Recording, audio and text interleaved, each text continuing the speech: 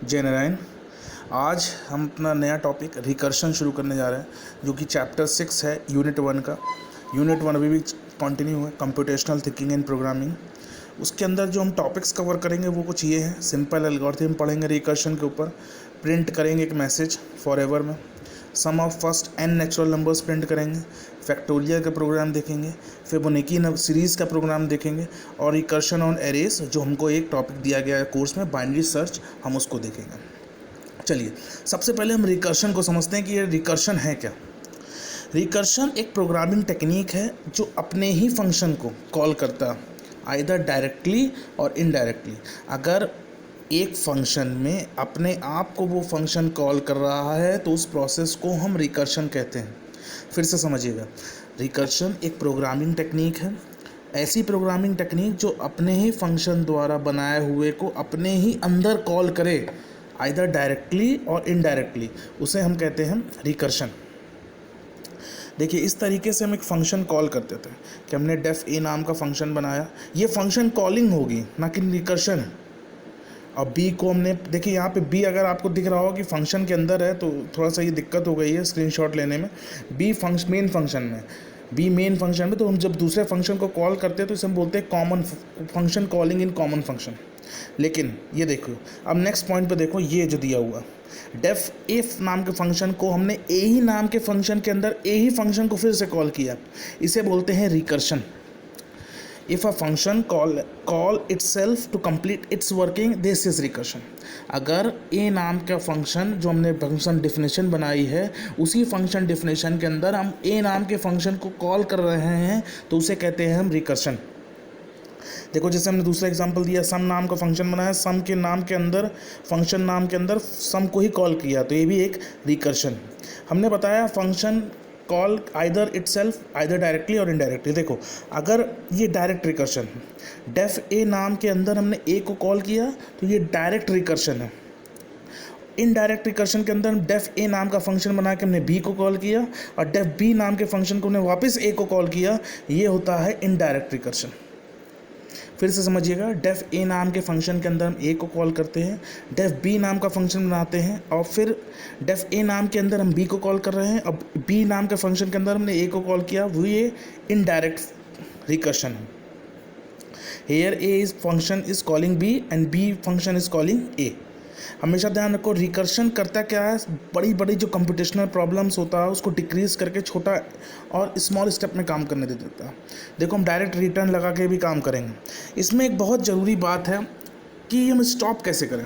आपने देखा direct indirect recursion, आपने देखा कि हम ए नाम के अंदर ए को कॉल कर रहे हैं, बी नाम के अंदर हमने ए को कॉल किया, तो इस तरीके से हम बार बार कॉलिंग होता रहेगा। तो ये बहुत ज़रूरी है कि एक स्टॉप लगाना, क्योंकि कहीं तो हमारा प्रोग्राम स्टॉप होगा, नहीं तो इनफाइनाइट लूप चलता रहेगा।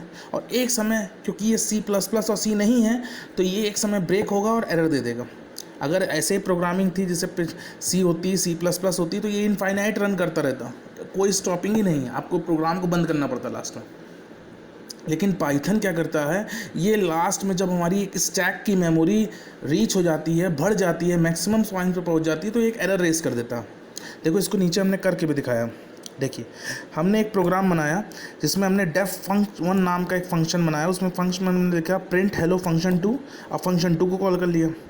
अब डेफ फंक्शन 2 बनाया हमने, प्रिंट येस फंक्शन 1, फंक्शन 2 को कॉल कर लिया, हमने मेन प्रोग्राम में फंक्शन 1 को कॉल किया। देखो, ये इनडेफिनेट टाइम से प्रिंट होता रहेगा, क्योंकि फंक्शन 1 रीड करेगा, भाई फंक्शन 1 को कॉल किया, फंक्शन 1 में कौन कॉल हो रहा, फंक्शन 2, फिर फंक्शन 2, फंक्शन 1, फंक्शन 2, फंक्शन 1, इस तरह से वो रीड करता जाएगा, वैल्यू प्रिंट करता जाएगा।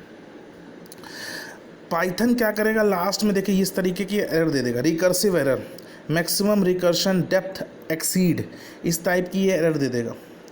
ये पाइथन में बढ़िया चीज़ दिया गया कि आपकी जैसे ही मेमोरी स्टैक की पूरी फुल हो जाती है या मैक्सिमम लिमिट पे आ जाती है, तो इस तरीके की वो एरर आपको रेस करके दे देगा, जिससे कि आप अपना प्रोग्राम बंद कर सकते हैं। इसको रोकने के लिए, इसको कंट्रोल करने के लिए दो चीज़ बहुत इंपॉर्टेंट है। एक ये कि बेस केस होना बहुत ज़रूरी है। बेस केस में कुछ नहीं, एक छोटी सी कंडीशन होती है जिसमें हम n = 1 करते हैं, अगर वो कंडीशन सेटिस्फाई है तो रिटर्न कर देगा, नहीं सेटिस्फाई है तो एल्स का स्टेटमेंट प्रिंट होगा, सिंपल है। फिर से समझिएगा, दो चीज़ बहुत ज़रूरी है रिकर्शन में, इस चीज़ को स्टॉप, पहला है बेस केस, दूसरा है रिकर्सिव केस। रिकर्सिव केस आप समझ गए, क्या होता है, इसमें हमने दिया फंक्शन 2 के अंदर हम फंक्शन 1 को कॉल कर रहे हैं, फंक्शन 1 के अंदर फंक्शन 2, ये रिकर्सिव केस है, इसको हम करके दिखाएंगे। बेस केस का मतलब सिंपल एक कंडीशन देना होता है, जिसमें अगर वो कंडीशन ट्रू हो जाती है, if n is equal to 1 true होता है तो रिटर्न कर देगा स्टेटमेंट नेक्स्ट एग्जीक्यूटेबल स्टेटमेंट पे, अगर वो कंडीशन फॉल्स है तो वो लूप के बाहर आ जाएगा। देखिए इसको हम करके दिखाते हैं क्या होता है। देखिए हमने एक प्रोग्राम बनाया, जो सम का प्रोग्राम n नेचुरल नंबर्स का हमको करना था वो हमने करके दिखाया। डेफ सम ऑफ n, ये हमारा फंक्शन का नाम है, हमने n को पास किया।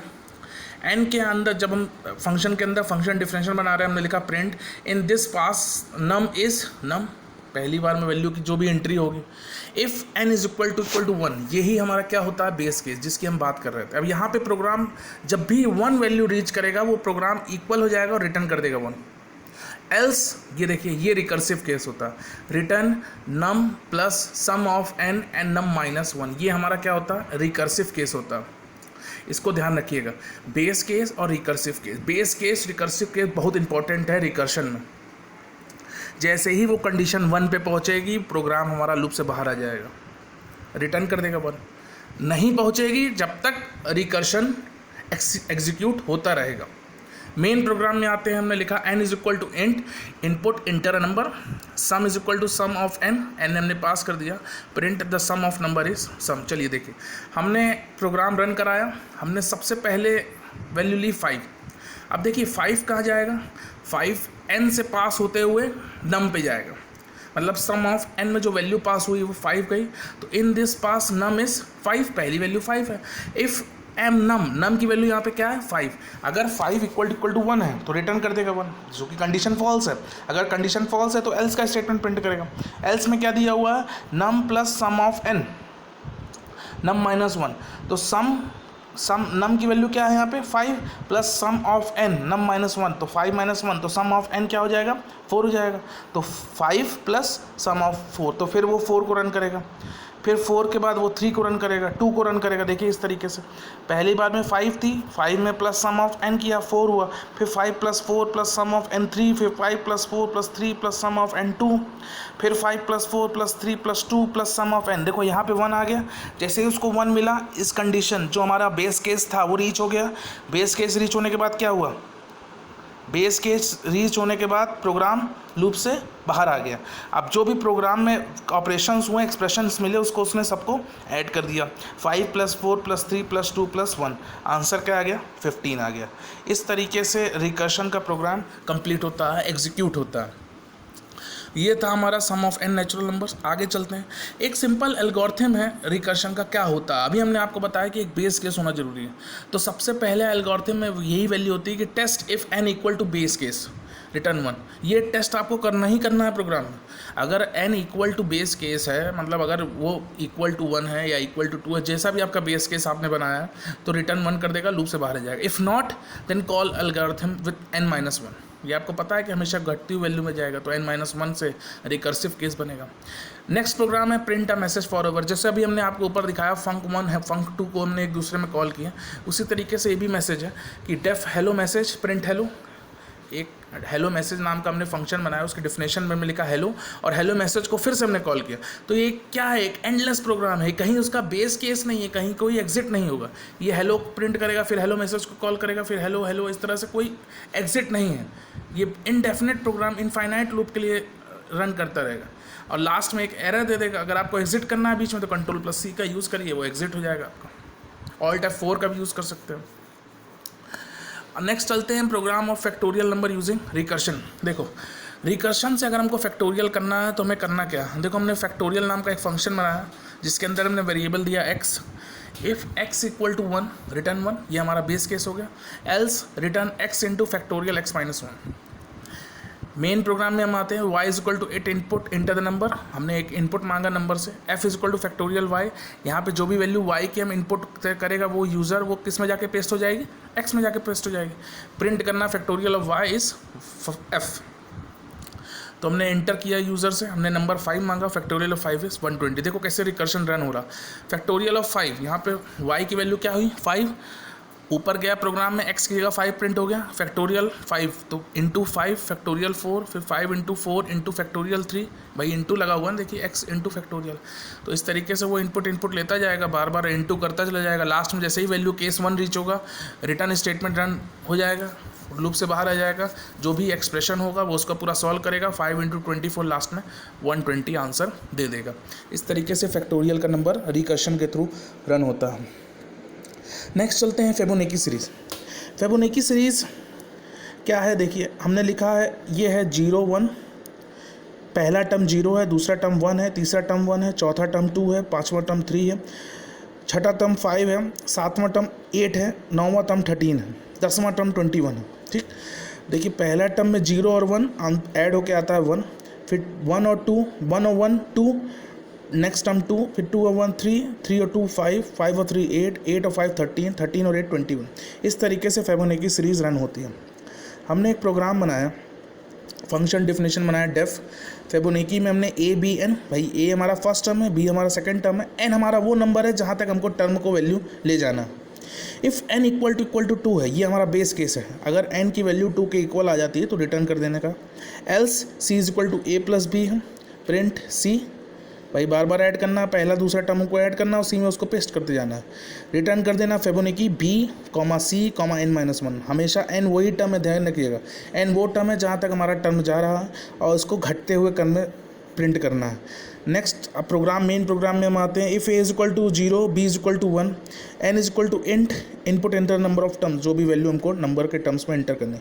इफ़ एन इक्वल टू 1 तो print A elif n equal to 2, print A और बी दोनों को प्रिंट कर देना है। Else print A comma B end पे आ जाएगा, फिबोनाची का प्रोग्राम यहाँ पे रन हो जाएगा। अगर 1 देता है तो प्रिंट हो जाना, 2 देता है तो प्रिंट हो जाना। एल्स अगर इन दोनों में से कोई भी नंबर इक्वल नहीं मिल रहा है उसको, तो फिबोनाची का फंक्शन रन होगा। इस तरीके से फिबोनाची फंक्शंस रन होता है। और देखिए हमने लिखा inter the number of terms 9 numbers के टर्म तक उसने ऐड करके वैल्यू इनपुट कर दी। पहले 0 1 लिया, फिर 1 1 लिया, फिर 1 2 लिया, फिर 1 3 लिया, फिर 1, नेक्स्ट नंबर जो भी होता है उसको ऐड करता चला जाता है। सिंपल में आप समझिए। आगे चलते हैं। नेक्स्ट है रिकर्शन ऑन एरेज। जो हमारा एक टॉपिक इसमें पढ़ना है वो है बाइनरी सर्च। बहुत इंपॉर्टेंट टॉपिक है बाइनरी सर्च, कैसे हम रिकर्शन में बाइनरी सर्च को करते हैं।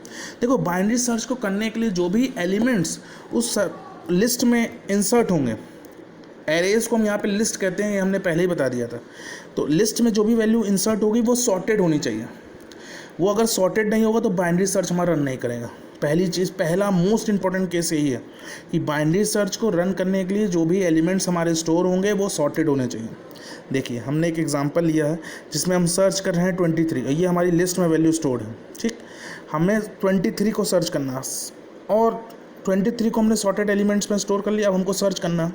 बाइनरी सर्च हमेशा स्टार्ट करता है मिड से, जो भी इंडेक्स की मिड वैल्यू होती है वो वहाँ से सर्च करना शुरू करता है। मिड को वो 2 पार्ट में डिवाइड कर लेता।